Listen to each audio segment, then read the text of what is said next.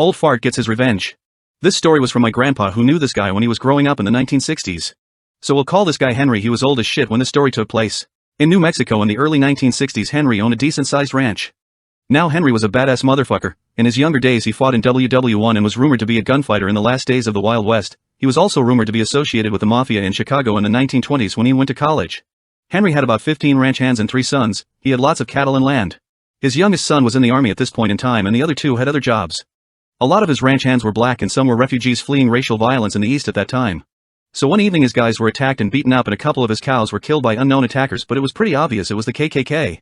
After assessing the situation he couldn't really do much and the police were useless as the town police force was pretty much useless as it had like 2 guys.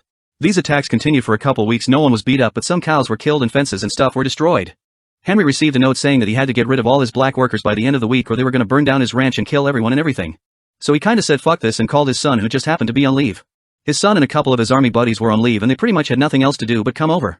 He was also really good friends with a biker gang in the area, who he probably helped hide bodies on his land. So they came over and helped him prepare. No, he didn't want the police involved as he was an old fuck and did things the old-fashioned way.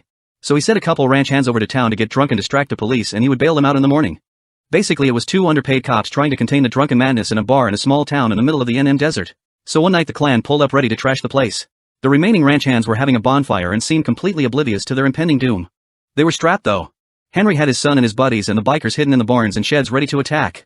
When the KKK showed up they had gasoline cans and some weapons. There were about 10 of them. Basically it plays out that the cowboys all acted drunk until the bikers/soldiers showed up and surrounded the KKK and then they pulled their guns out.